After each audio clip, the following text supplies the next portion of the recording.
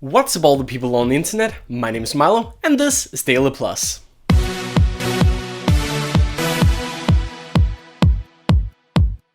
Hello everyone, once again, and welcome back to DailyPlus, your favorite show about everything Eurovision. So this week we finally found out which city will be hosting the Eurovision in Ukraine next year. That is of course one of the news stories this week, but we also have a couple more Eurovision news, a little bit of Junior Eurovision news, and our country spotlight. So without further ado, let's get started. It has now been decided that the capital of Ukraine, Kyiv, will be the host of next year's Eurovision. The road to finding the perfect place to host a contest within Ukraine has been very long and with a lot of problems on the way. During summer, all of the bids were looked at, and at the end, 3 cities remained in the race: Dnipro, Odessa, and Kyiv. Throughout the last couple months, the broadcaster in Ukraine, NCU, and the EBU have been looking at all these possible venues and the cities with their hotels, places for Euroclub, etc. to find out exactly what would be the best place to host the Eurovision. Now, this process has been full of problems. There's been a lot of press conferences cancelled, and the host city reveal was moved countless times before finally being announced last Friday. Kyiv, which is the capital of Ukraine, was chosen, and this is not the first time that Kyiv is hosting. Kyiv also hosted the Eurovision Song Contest in 2005. However, the contest won't be held at the same venue both used for the Eurovision in 2005 and the Junior Eurovision in 2009. The contest will be held at the International Exhibition Center, which can hold an audience of somewhere between 12 and 14,000. Like I mentioned before, this has been a very long process to find the host city, and if you want to know everything that's been going on, you can check all the details on our website esc-plus.com. Ukraine won the Eurovision Song Contest this year in Sweden with the song 1944 and their singer Jamala. And that means we are now on our way to Kyiv, Ukraine for next year's Eurovision. We also have a little bit more details from some of the national finals coming up for next year's Eurovision. We have some news coming from Sweden, Denmark, Norway, and Estonia. Starting in Sweden, we finally know the dates and the cities where the Melodifestivalen is going to take place next year. You can see the dates and the cities on screen right now in case you want to pay Sweden a visit. And we now know that on the 11th of March we will find out who will be representing Sweden, one of the most winning countries in Eurovision, for next year's contest. Denmark has also chosen a day for their national final along with the host city. Herning will be the city hosting this year's Dansk Melodi Grand Prix, and it will be held in Jyske Bankboksen, which was also the place that Emily de Forest won, with Only Teardrops back in 2013. The final will be held on the 25th of February next year, and the ticket sale will begin on the 30th of September of this year.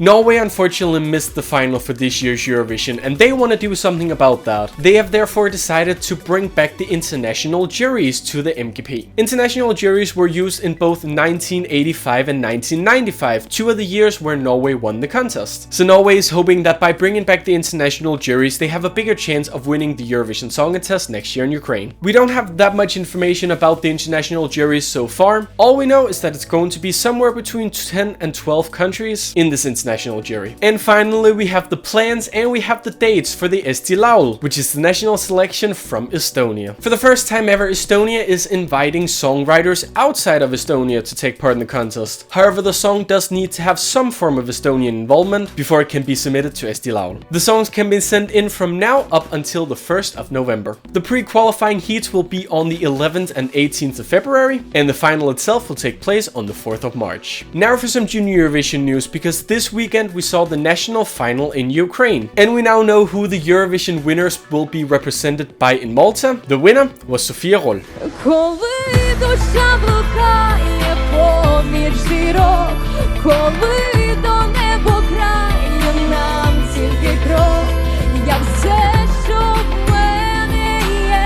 Sofia Roll and her song Planet Craves for Love was the winner in the Ukrainian national final that took place this Saturday. The final saw 12 acts compete for the ticket to Malta, with Sofia ultimately becoming the winner. Last year, Ukraine also took part in the Junior Eurovision. They did that with Anna Trintia, and her song managed to score 11th place at last year's final. And finally, we have a little bit of news from the Netherlands. As you know, the Netherlands has for the first time in Junior Eurovision history decided to go with an internal selection, and they have decided on the 3 girls known as Kisses. Plans. Now their song, which we've already heard a little bit of a preview of, called Kisses and Dancing, will be released very soon. The Dutch broadcaster has now revealed a date for the premiere of the song, that premiere being September 25th at a local Dutch music festival. A week later the music video will be premiered, and the music video has already been shot, so we can look forward to hear much more from the lovely three girls from the Netherlands very soon. Last year the Netherlands took part with their singer Shalisa, and her song A Million Lights managed to score 15th place at the grand final.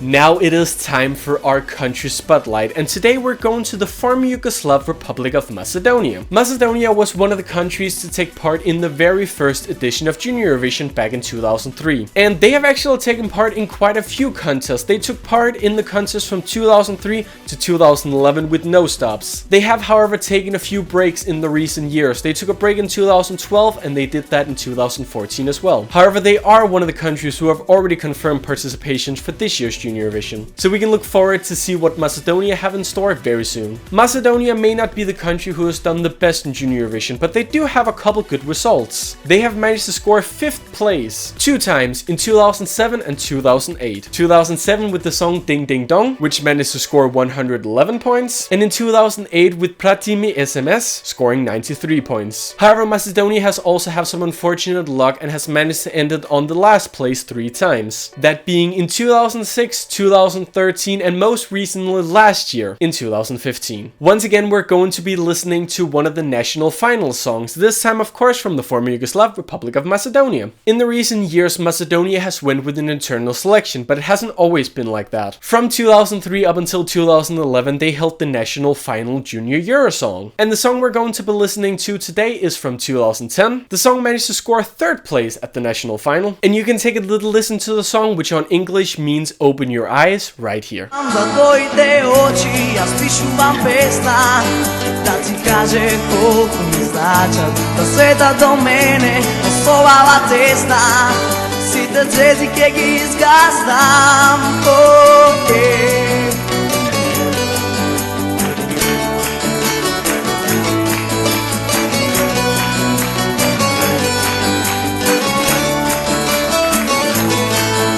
That was all we had for DailyPlus this week. I hope you guys enjoyed it. If you did, of course, remember to leave a like and a favorite, and hit that subscribe button for more of all the awesome stuff going on right here on esc-plus. If you want to be up to date with everything going on in the Eurovision world, then remember to check our website, esc-plus.com. We have all the latest news, we have polls, we have interviews, we have everything for you to enjoy, so check that out for all your Eurovision needs. And if you want to be up to date with what I'm doing, I have a YouTube channel. You can go to youtube.com/Milo and find my own videos right there. But that's all I have for today. See you next week.